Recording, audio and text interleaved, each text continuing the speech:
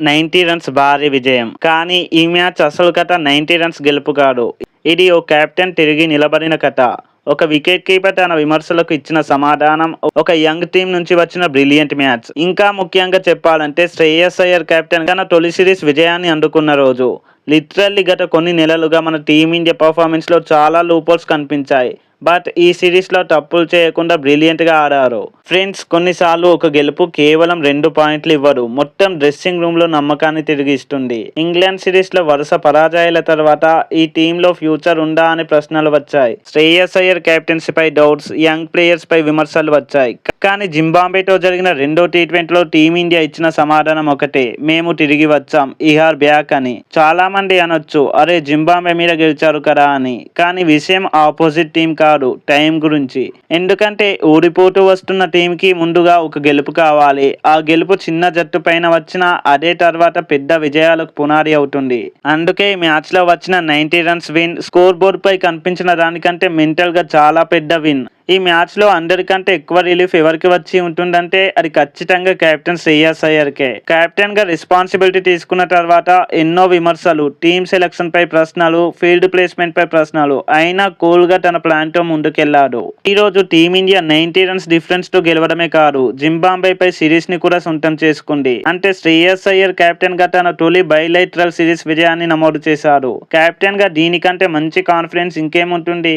అయితే ఈ match starting నుంచే చాలా ఇంట్రెస్టింగ్ గా మారింది. ముందుగా టాస్ గెలిచింది జింబాబ్వే. అందరూ అనుకున్నారు వాళ్ళు బ్యాటింగ్ తీసుకుంటారు అని. కానీ సికిందర్ రాజా మాత్రం ముందు బౌలింగ్ ఎంచుకున్నారు. అరారే పిచ్ లో ఫస్ట్ ఓవర్స్ లో కొంత మూమెంటం ఉంటుందని అనుకున్నారు. కానీ ఆ ఒక్క డిసిషనే మ్యాచ్ మొత్తం టర్నింగ్ పాయింట్ అయిపోయింది. టీమిండియా ఇన్నింగ్స్ మొదలైంది. అలానే ఫస్ట్ షాట్ కూడా చాలా ఎర్లీగా వచ్చింది. అభిషేక్ శర్మ జస్ట్ 8 రన్స్ కి అవుట్ అయ్యారు. ఈ మ్యాచ్ లో బ్యాట్ తో మరోసారి డిసప్పాయింట్ చేశారు. బట్ బౌలింగ్ లో అయితే అసలు మాటలు లేవు. అందుకే తర్వాత మాట్లాడుకుందాం. కానీ క్రీజ్ లో ఉన్నారు ఒక young sensational player Vaibhav Suryavanshi. First ball నుంచే భయం లేకుండా ఆడారు. 9 బాల్స్ లో 20 రన్స్, స్ట్రైక్ రేట్ వచ్చేసి 222. అది పెద్ద ఇన్నింగ్స్ అయితే కాదు, బట్ మ్యాచ్ కి కావాల్సిన మూమెంటం ఇచ్చిన ఇన్నింగ్స్ అది. కొన్నిసార్లు 20 రన్స్ వాల్యూ కూడా ఒక సెంచరీ కంటే ఎక్కువగా ఉంటుంది. అదే పని చేశారు వైభవ్ సూర్యవంశీ అవుట్ అయిన తర్వాత మ్యాచ్ మళ్ళీ బ్యాలెన్స్ లోకి వస్తుందేమో అని అనుకున్నారు. కానీ క్రీజ్ లోకి వచ్చారు ఇషాన్ కిషన్.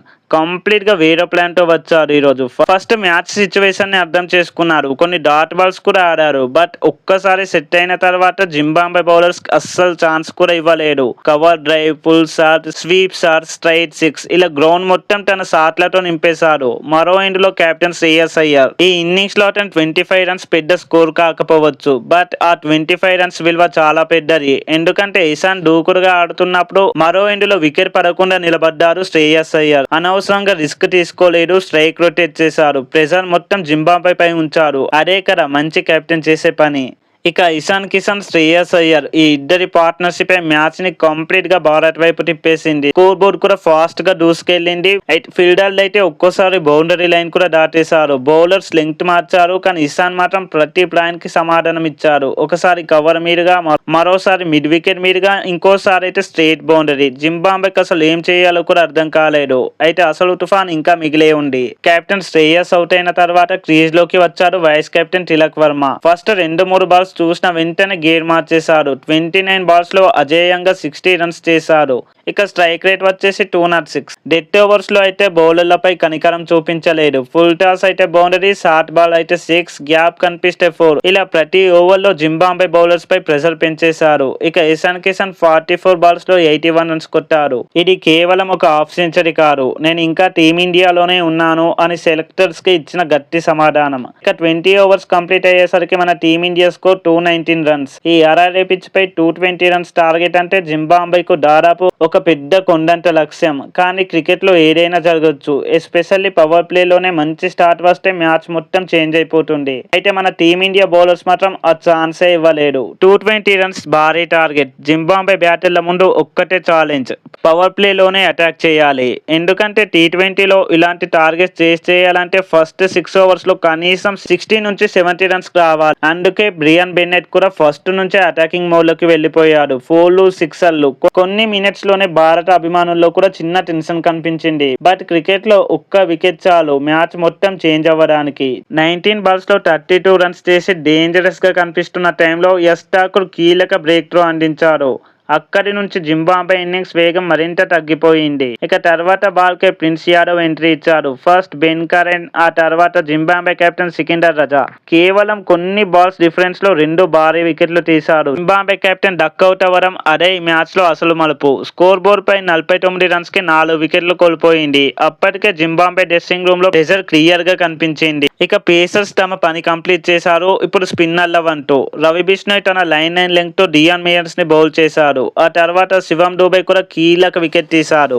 ఇక్కడ ఒక విషయం గమనించాలి. ఈ మ్యాచ్ లో భారత బౌలింగ్ యూనిట్ లో ప్రతి ఒక్కరికి ఒక క్లియర్ పాత్ర కనిపించింది. ఎవరు వచ్చినా ఒకే ప్లాన్, బ్యాటర్లపై ప్రెషర్ క్రియేట్ చేయడం, ఫ్రీ రన్స్ ఇవ్వకపోవడం. అయితే ఇన్నింగ్స్ ని కంప్లీట్ గా ముగించింది మాత్రం అభిషేక్ శర్మ. బ్యాట్ తో ఈ రోజు పెద్దగా రాణించలేకపోయారు. బట్ బాల్ తో మాత్రం అద్భుతంగా తిరిగి వచ్చారని చెప్పాలి. Brad Evans, Newman, Richard Ngarava 3 key wickets తీసి కేవలం 17 రన్స్ కి 3 వికెట్స్ తీశారు. ఇదే నిజమైన ఆల్రౌండర్ ఇంపాక్ట్ అని చెప్పుకోవాలి. దీంతో జింబాబ్వే 17.5 ఓవర్స్ కే 129 రన్స్ చేసి ఆల్అౌట్ అయిపోయింది. దీంతో మన టీమిండియా 90 రన్స్ తేడాతో భారీ విక్టరీ కొట్టి సిరీస్ ని కూడా కైవసం చేసుకుంది.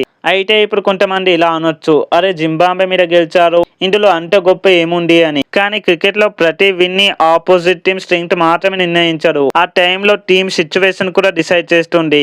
ఇంగ్లాండ్ సిరీస్ లో ఎదురైన నిరాశ, జట్టుపై పెరిగిన విమర్శలు, యంగ్ ప్లేయర్స్ పై వచ్చిన డౌట్స్, ఇవన్నీ ఒకే మ్యాచ్ తో కంప్లీట్ గా పోవు. బట్ అలాంటి టైంలో వచ్చిన ఒక విన్ మాత్రం టీమ్ లో కంప్లీట్ కాన్ఫిడెన్స్ తిరిగి వస్తుంది. ముఖ్యంగా ఈ సిరీస్ గెలవడం కూడా మన యంగ్ టీమిండియాకి మరింత కాన్ఫిడెన్స్ చేకూరుస్తుంది. మ్యాచ్ తర్వాత ఎక్కువగా నవ్వింది ఎవరో తెలుసా? బహుశా శ్రేయస్ అయ్యార్. ఎందుకంటే కెప్టెన్ గా ప్రతి ఓటమికి ముందు విమర్శలు వచ్చేది అతనిపైనే. కానీ ఈ రోజు అదే కెప్టెన్ తన టీం ని ముందుండి నడిపించారు. అద్భుతమైన ఫీల్డ్ సెట్టింగ్స్, సరైన టైంలో సరైన బౌలర్స్ చేంజెస్, అలాగే బ్యాటింగ్ లో రెస్పాన్సిబిలిటీ ఇన్నింగ్స్. ముఖ్యంగా టీమిండియాకు కెప్టెన్ గా తన తొలి బైలేటరల్ సిరీస్ విన్ కూడా ఇదే. ఇది అతని కెప్టెన్స్ కెరియర్ లో చాలా గుర్తుండిపోయే రోజు. ఇక ఈ మ్యాచ్ లో ఒక హీరో కాదు, చాలా మంది హీరోలు ఉన్నారు. ఇషాన్ కిషన్ 81 రన్స్ తో మ్యాచ్ కి బలమైన పునాది వేశారు. ఇక తిలక్ వర్మ అజేయంగా 60 రన్స్ తో ఫినిషింగ్ ఇచ్చారు. ఇక అభిషేక్ శర్మ బ్యాట్ తో ఫెయిల్ అయినప్పటికీ బాల్ తో మాత్రం 3 వికెట్లు తీసి తన వాల్యూ చూపించారు.